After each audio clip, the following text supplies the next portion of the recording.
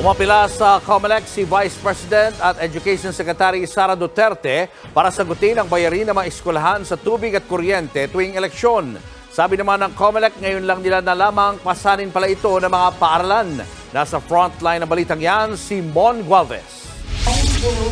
Sa pirmahan ng Memorandum of Agreement ng COMELEC at Department of Education kahapon, isa lamang ang hiling ni Vice President at Education Secretary Sara Duterte sa napipintong barangay SK elections.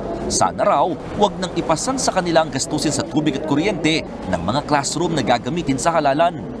Yung mga repairs ng mga nasira na mga gamit kapag tapos na yung election at bilingan. Ang mga teachers po namin ang naglilinis at nagbabantay ng mga evacuees at sinacharge sa amin lahat ng paggamit ng kuryente, ng tubig. Paliwanag ng DepEd, direktang binabawas sa maintenance and other operating expenses ng ahensya ang paggamit sa mga silid tuwing botohan. Depende po kasi yan sa location ng school. May mga schools that yung LGU, since sila yung nagpatayo ng ating school buildings, no, kasama din po sa SEF, sila na rin yung nagbabayad ng kuryente at ng tubig. Pero meron din kami mga school na DepEd po yung nagpatayo. Sa Educational Facilities Manual ng DepEd mula pa noong 2010, nakasaad na kapag ang isang paaralan ay ginamit sa isang gawaing non-instructional o non-educational, dapat sagot ng ahensya o organisasyon ang maintenance at utilities sa mga araw na sila ay gagamit. Bagay na kahit COMELEC, aminadong hindi raw ito nabibigyan ng pansin. May naisip naman na raw na solusyon ng COMELEC dito. Panukala nila amyendahan ng Omnibus Election Code para maisama na rin sa alokasyon ng halalan ang pambayad sa utilities ng election precincts. Kasi talagang hindi namin alam na may ganung problema. Ngayon lang nabanggit sa atin. Bagamat hindi na raw maiahabol sa paparating na Barangay at Sangguniang Kabataan election sa Oktubre, pipilitin daw ng COMELEC na maamyenda ng batas para sa midterm election sa 2025.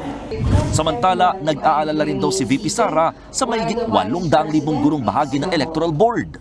Wala po akong natandaan na eleksyon na walang kwento ng teacher na sinasaktan, inaatake, tinatakot, binibigyan ng death threats, ng mga rape threats at kung iba't ibang threats pa sa kanilang buhay at sa kanilang pamilya. At para tugunan yan, tinaasan na ng COMELEC ang honoraria nila. Mula sa dating 5 hanggang 6,000 piso, ginawa na itong 9 hanggang 10,000 piso. Bukod pa sa 2,000 pesos na bayad kapag may early voting hours. Magkakaroon din daw sila ng 200 hanggang 500,000 pesos na injury at death benefits at 5-day service credits galing naman sa DepEd. 7 bilyong piso ang inila ng COMELEC para sa honoraria ng mga teachers at volunteers. Matatanggap nila yan sa loob ng 15 araw matapos ang halalan.